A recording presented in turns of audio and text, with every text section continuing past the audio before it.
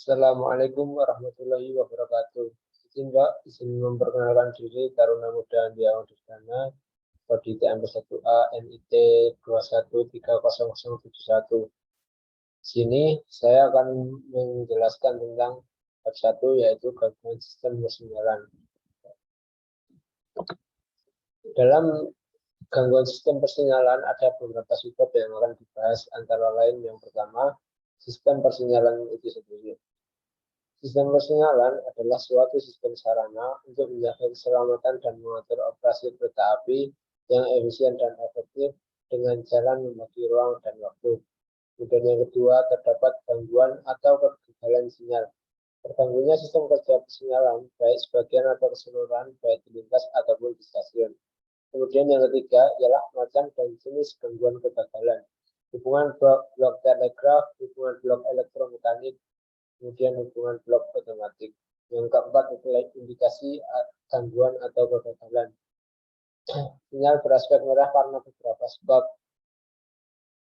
Kemudian yang kelima ialah sistem proteksi dan pengujian untuk meminimalisir gangguan atau uji yang harus dilakukan.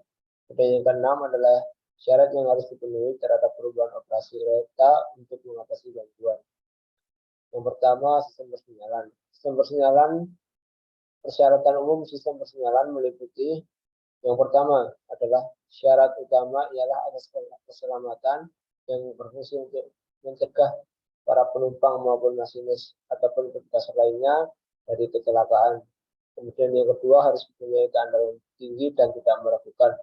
Sistem persinyalan harus mempunyai keandalan tinggi dan tidak meragukan agar memudahkan masinis dalam melaksanakan tugasnya. Kemudian yang ketiga ialah susunan harus sistematis. Semboyan. Menurut fungsinya, semboyan di jalan rel dapat dibagi menjadi tiga jenis, yaitu semboyan sementara, yang kedua semboyan wesel, dan semboyan tetap. Bagian sinyal berdasarkan pelayanan ada sinyal manual, sinyal semi otomatik, dan sinyal otomatis. Kemudian pembagian sinyal berdasarkan fungsinya ada sinyal utama, domain channel, ada sinyal muka, dan sinyal pelengkap.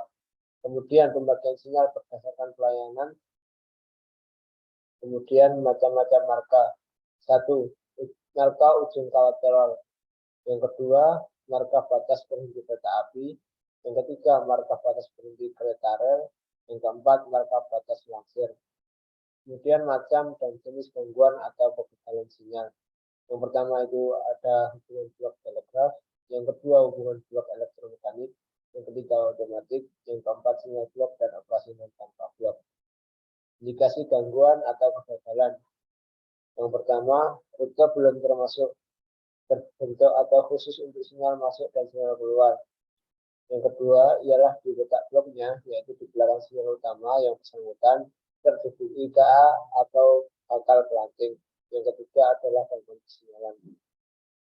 Kemudian sistem proteksi dan pengujian untuk meminimalisir gangguan uji yang harus dilakukan. Sinyal harus didesain menggunakan sistem Bell-Shape, artinya ketika terjadi gangguan baterai, sinyal akan menunjukkan warna merah, yang berarti operasi kereta harus dihentikan. Syarat-syarat yang harus dipenuhi terhadap perubahan operasi kereta untuk mengatasi gangguan. Untuk menanggulangi agar tidak terjadi PLH, khususnya karena teknis dan SDM adalah sebagai berikut.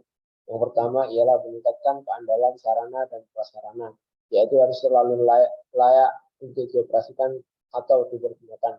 Kemudian yang kedua ialah pemantapan kecakapan dan disiplin pegawai, khususnya yang terkait dengan urusan perjalanan kereta api. Yang ketiga, para kadaop atau kadifre dan para kasih atau wasi terkait untuk selalu memantau penyimpangan terhadap regulasi yang berlaku. Syarat yang harus dipenuhi terhadap perubahan operasi kereta untuk mengatasi gangguan. Yang pertama, terdapat menindak tegas pegawai yang lalai dan tidak disiplin, terutama bila sudah terbukti menjadi PLH. Kemudian yang kedua ialah dalam memeriksa kejadian PLH harus objektif, tidak boleh subjektif. Yang ketiga ialah pemantauan dan pengawasan terhadap daerah rawan bencana alam seperti longsor, banjir, dan sebagainya. Kemudian yang keempat ialah penyuluhan oleh pemerintah terhadap para pengemudi tentang disiplin kepatuhan terhadap peraturan pada waktu menyeberang di perlintasan sebidang. Hal ini banyak terjadi di Indonesia yang di mana masih banyak para pengendara motor yang masih menyelonong melewati perlintasan sebidang, padahal perlintasan tersebut sudah dalam proses penutupan. Mungkin sekian yang dapat saya sampaikan, Pak. Terima kasih. Mohon maaf atas kekurangannya. Wassalamualaikum warahmatullahi wabarakatuh.